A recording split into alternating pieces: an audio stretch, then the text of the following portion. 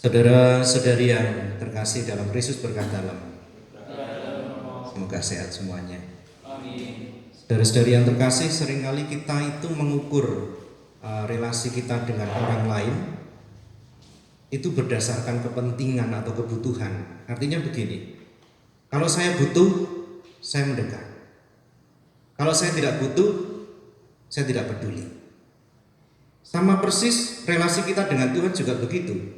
Jadi Tuhan itu seperti kita gambarkan hanya sebagai pemenuh kebutuhan kita. Kalau kita butuh, kita minta. Kalau nggak butuh, kita lupa. Bicara soal hak, biasanya kita akan sangat cepat. Tapi bicara soal kewajiban, biasanya kita akan enggan untuk memenuhinya. Ada sebuah kisah begini. Bukan hanya sekali ini sebenarnya, ada banyak di negara kita. Misalnya orang miskin, orang kecil yang kedapatan mencuri bisa dipukuli sampai mati. Jadi suatu saat ada seorang nenek yang mencuri ubi di sebuah perusahaan perkebunan begitu. Lalu dia ditangkap dan diajukan ke dalam pengadilan. Lalu di pengadilan itu dia memberi alasan bahwa ini untuk hidup keluarga dan cucu-cucu saya, karena mereka kelaparan. Sebenarnya sang hakim itu sangat enggan untuk melanjutkan kasus itu, tetapi dari pihak perusahaan itu mengatakan ini harus diselesaikan sebagai pelajaran bagi yang lain atau contoh bagi yang lain. Maka setelah mendengarkan tuntutannya, akhirnya hakim itu memutuskan begini. Pertama, dia mohon maaf bahwa dia tetap harus menjalankan hukum. Dia mengatakan, ibu mohon maaf, hukum tetap hukum. Ibu mencuri bersalah, maka akan dihukum dengan denda 1 juta rupiah. Kalau tidak bisa membayar, maka akan dikurung atau dipenjara selama 3 bulan.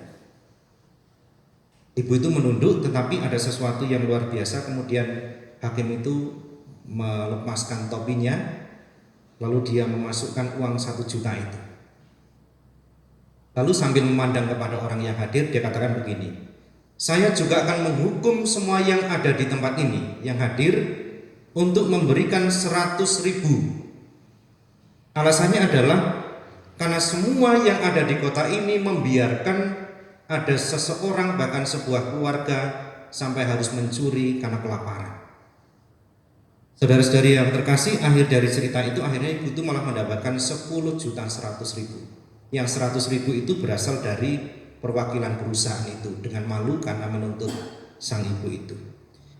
Saudara-saudari yang terkasih, bicara soal hak itu pasti relasinya dengan negara, dengan masyarakat, dengan orang lain. Tetapi jangan lupa, bicara soal hak itu sebenarnya juga dengan Tuhan. Tuhan itu juga punya hak. Dan saya kira kalau kita melihat kisah yang saya sampaikan tadi, hakim itu sudah memberikan hak Allah. Hak Allah itu melebihi soal keadilan. Hak Allah itu selalu berkaitan dengan kasih. Jadi hukum yang ditegakkan oleh hakim itu bukan hanya soal menjaga peraturan atau menjaga bahwa ada pihak yang tidak dirugikan haknya karena kesalahan atau kelemahan orang lain, tetapi juga harus sampai bahwa setiap orang itu mendapatkan kasih.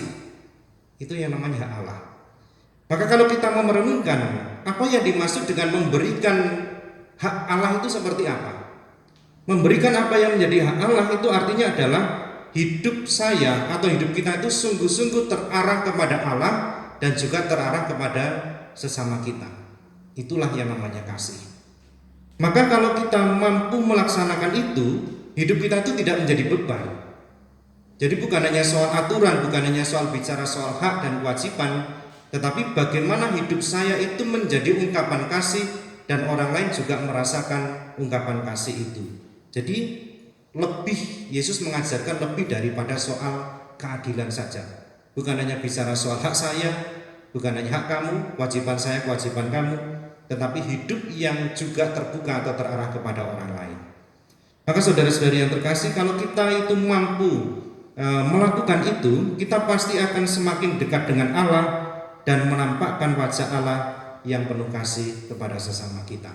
Maka mari kita mohon berkat, mohon rahmat supaya hidup kita juga bukan hanya terpusat pada diri kita sendiri, selalu mengatakan hak kita, tetapi kita lupa juga memperhatikan orang lain, bahkan lupa bahwa kita semuanya ini tergantung dari Allah sendiri yang memberikan kehidupan kepada kita. Kemuliaan kepada Bapa dan Putra dan Roh Kudus.